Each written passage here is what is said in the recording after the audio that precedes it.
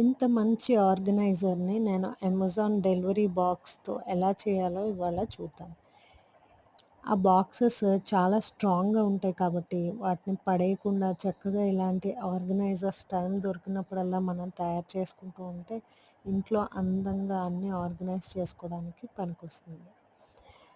నేను ఒక థ్రెడ్ తీసుకున్నాను.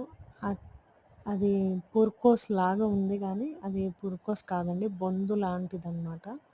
దాంతో బాక్స్‌కి నేను గ్లూ గన్ పెట్టి ఇలాగ వరుసగా స్టార్టింగ్ నుంచి కాకుండా కొంచెం పైన ఆహ్, ప్లేస్ వదిలేసి ఇలాగ నేను మొత్తం గ్లూ అంతా అంటించుకొని ఈ రోప్‌ని ఈ విధంగా ర్యాప్ చేసుకుంటూ వెళ్ళిపోయాను.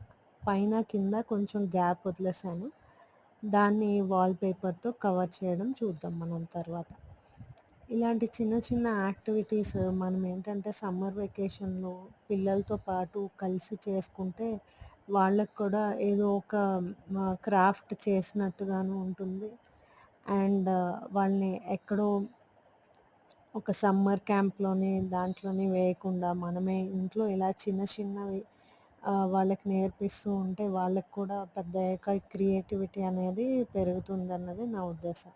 అందుకని ఈ హాఫ్ డే స్కూల్స్ ఉన్నాయి కాబట్టి మా బాబుని కూడా ఈ క్రాఫ్ట్ యాక్టివిటీలో ఇన్వాల్వ్ చేశాను.